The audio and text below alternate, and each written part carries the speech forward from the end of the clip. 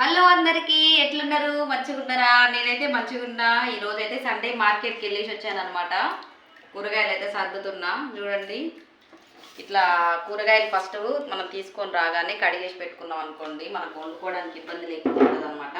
అప్పటికప్పుడే కూరగాయలు కడిగి కోయాలంటే చాలా ఇబ్బంది అవుతుంది కాబట్టి నేనేం చేస్తా అంటే కూరగాయలు తీసుకురాగానే కడిగేసుకొని అట్లనే కట్ చేసి కవర్లో ప్యాక్ చేసి పెట్టుకుంటాను అనమాట. ఎందుకంటే పనికి తొందరగా వెళ్ళే టైంలో మనకు ఇబ్బంది లేకుండా ఉంటుంది. సో మీరు ఎట్లా పెట్టుకుంటారో కామెంట్ చేయండి. ఎక్కడ ఏంటి అనేది కూడా కామెంట్ చేయండి. కూరగాయలు అయితే ఈరోజు చాలా రేట్లు ఉన్నాయి. కొంచెం తక్కువ తీసుకొచ్చినా అందులో ఒకటి వర్షం పడేటట్టుంది. ఇంకా నాకు వర్షం అంటే గాలి అంటే మస్తు భయం. అందుకని చెప్పి ఈరోజు కొన్ని కూరగాయలు తీసుకొని వచ్చానమాట.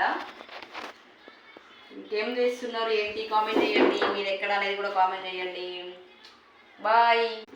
కూరగాయలు చూడండి, రేట్లు అయితే మండిపడుతున్నాయి అసలు.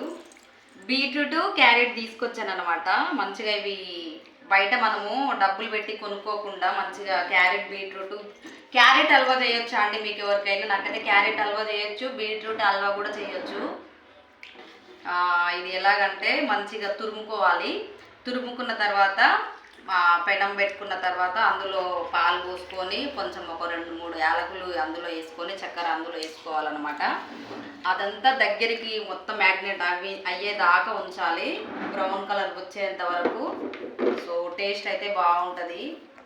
ఎందుకంటే ఇవి బీట్రూట్ మనకు యాక్చువల్గా బీట్రూట్ తినాలి అనిపించదు కాబట్టి అట్లా తీసుకొని తింటే మనకు కూడా హెల్త్ మంచిది, బ్లడ్ వస్తుంది. సో అది కూడా కొత్త రకం వంట అవుతుంది కదా. ఓకే, మీరు కూడా ట్రై చేయండి.